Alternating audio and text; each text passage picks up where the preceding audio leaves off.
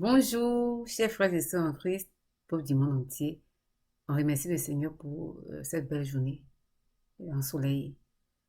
Tout de suite, là, on va partir à la suite de notre passionnante réflexion sur la tenue vestimentaire qui reflète l'extérieur du chrétien et la tenue et l'attitude du chrétien qui reflète justement l'intérieur du chrétien.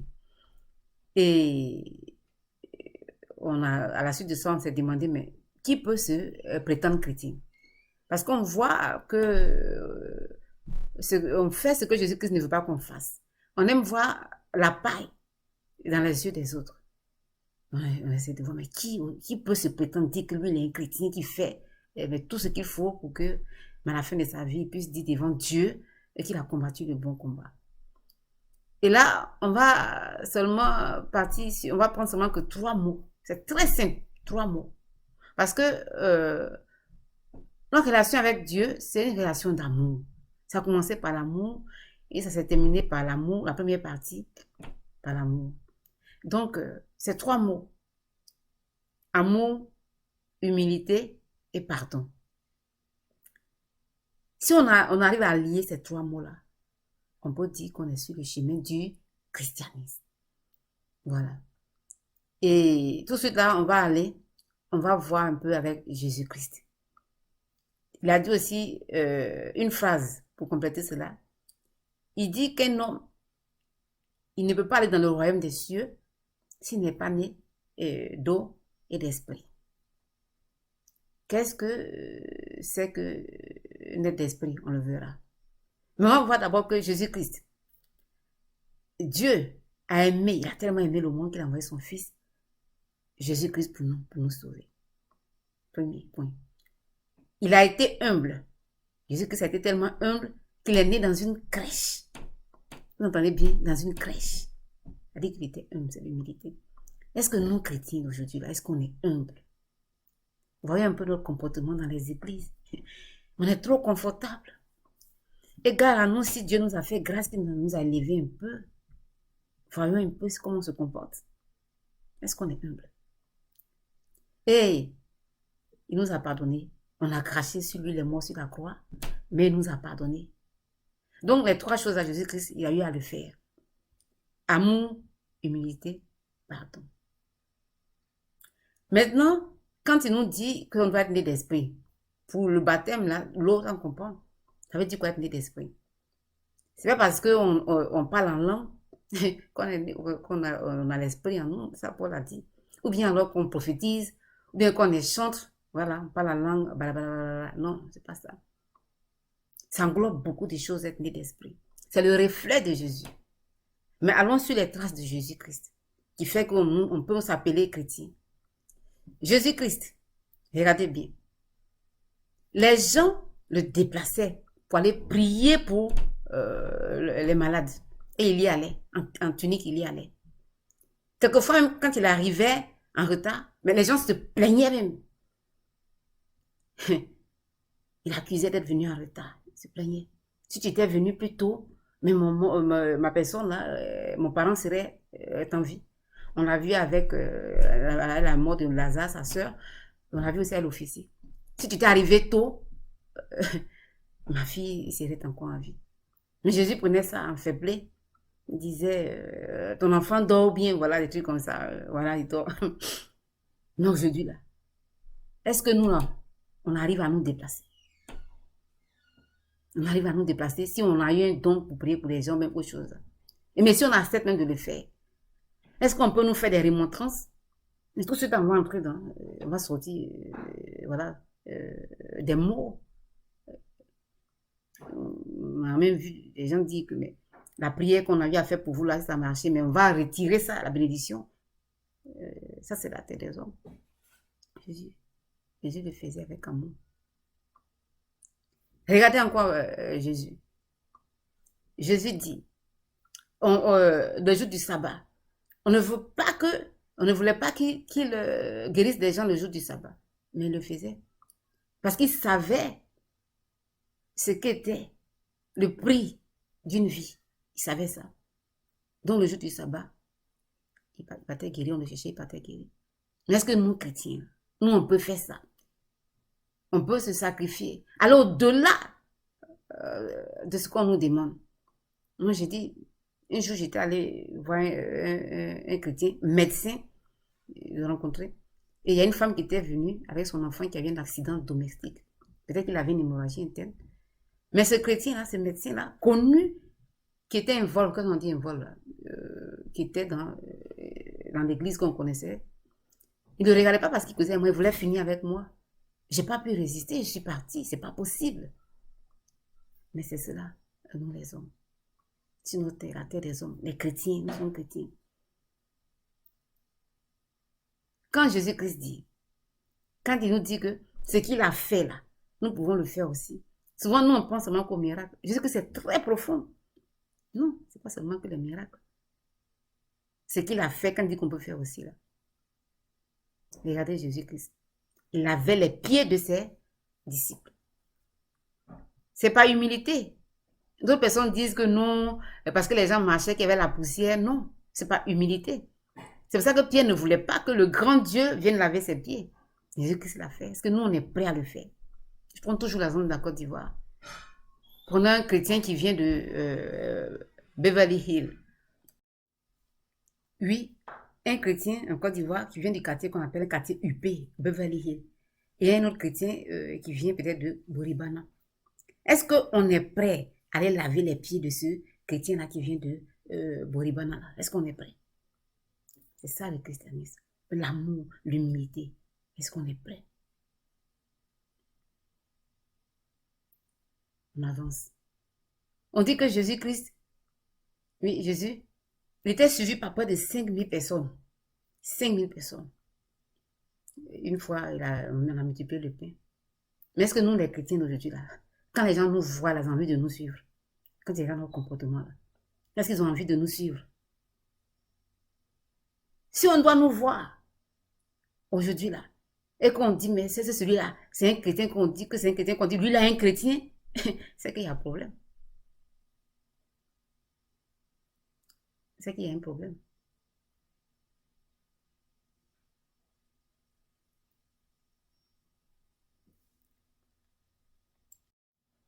C'est qu'il y a un problème.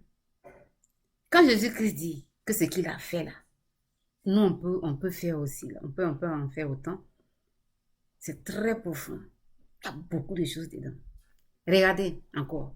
Moi, j'aime bien les trucs un peu qu'on ne voit pas, souvent qu'on ne voit pas. Souvent, nous tous, on parle de la femme là, qui a saigné pendant 12 ans et qui s'est débattue, qui s'est diminuée et qui a pu toucher la tunique de Jésus, la robe de Jésus. On parle de ça avec joie. Mais regardez un peu. C'est la foule qui empêchait la femme de toucher Jésus. Ce n'était pas des gardes de corps. Mais aujourd'hui, là, si un jour Dieu nous fait grâce à l'un de nous et qu'on a un pouvoir peut-être de guérison, mais quoi, il faut regarder un peu. Tout de suite, on se barricade. On ne peut plus s'approcher de nous. Jésus, il le faisait. Les gens, d'autres ont ouvert le toit, ils sont passés. C'est pas parce qu'il avait des gardes de corps. Mais aujourd'hui, là, si Dieu a fait grâce que quelqu'un ait un don, il faut que peut-être quelqu'un connaisse quelqu'un qui connaît quelqu'un qui connaît quelqu'un avant que on puisse s'approcher de lui. C'est ça le christianisme. Si on doit nous voir, je dis ça toujours. Et qu'on dit que mais celui-là c'est un chrétien qu'on s'attrape la tête, il y a quelque chose qui ne va pas. On doit pouvoir dire, mais ceux-là, assurément, ce sont des suiveurs de Christ. Et c'est ce qui était avec les disciples de Jésus. C'est ce qu'on doit être. Il y a beaucoup de choses. Si un homme, tu suis Dieu, tu vas dans l'église. Avant, peut-être que tu avais un problème de tempérament, tu étais nerveux, tu étais rancunier, tu étais tout, et que tu suis Dieu. Et que 2 ans, 3 ans, tu demeures dans cette même position, c'est qu'il y a un problème. Si une femme, avant, comme je disais là, mais tu peut-être que tu étais jalouse, les murmures, les commérages, la sorcellerie, ou toute autre chose, la jalousie, et que maintenant tu mets tes pieds dans la maison de Dieu, et que tu demeures dans ça, c'est qu'il y a un problème.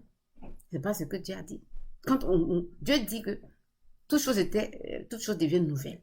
Même ce qu'on dit que bon, c'est comme ça que je suis né, c'est vrai. Mais Dieu dit qu'il change l'homme. C'est ce que Jésus-Christ a dit. Personne n'est bon. C'est pour ça qu'on s'appelle René.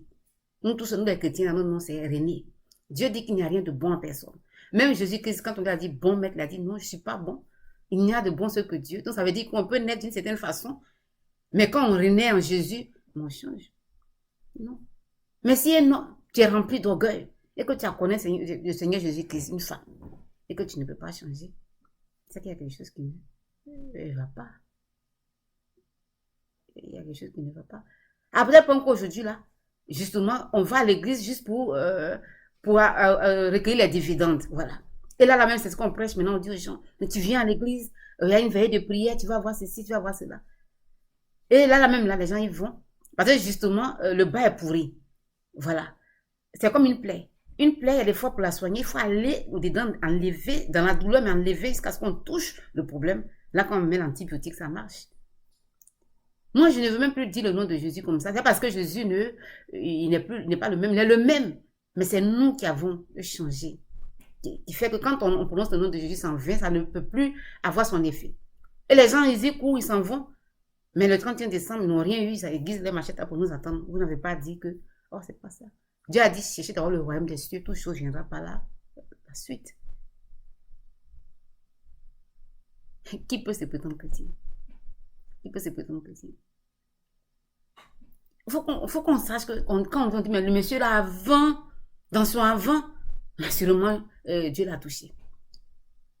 Mais on s'arc-boute sur tout. Voilà, c'est nous. On ne veut même pas lâcher. On se sent tellement confortable même maintenant là. On est là pour indexer les autres. Mais si on ne paraissait pas, arrêtons de paraître, soyons vraiment des chrétiens. Tu vas voir quelqu'un qui a assis sur un problème spirituel. Il est là, comme je l'ai dit, depuis des années 10 ans, 15 ans, il n'a pas changé. Mais qui va voir peut-être quelqu'un, bien une sœur, qu'on dit qu'elle est en train de peut-être exhorter ou bien quoi, ou bien une femme, même pas non, même toutes les femmes, des gens qui, d'une certaine façon, là, disent, la personne n'en a pas le droit de faire ça. Mais eux, quand ils vont le faire, que tu vas leur demander, ils vont dire, bon, nous sommes dans la chair, les choses qu'on ne peut pas laisser. Mais si tu peux être dans la chair, mais permets que ta soeur et ton frère aussi soient dans la viande et que Dieu lui-même il décide de qui est chrétien, qui ne l'est pas, qui ne doit pas faire quoi.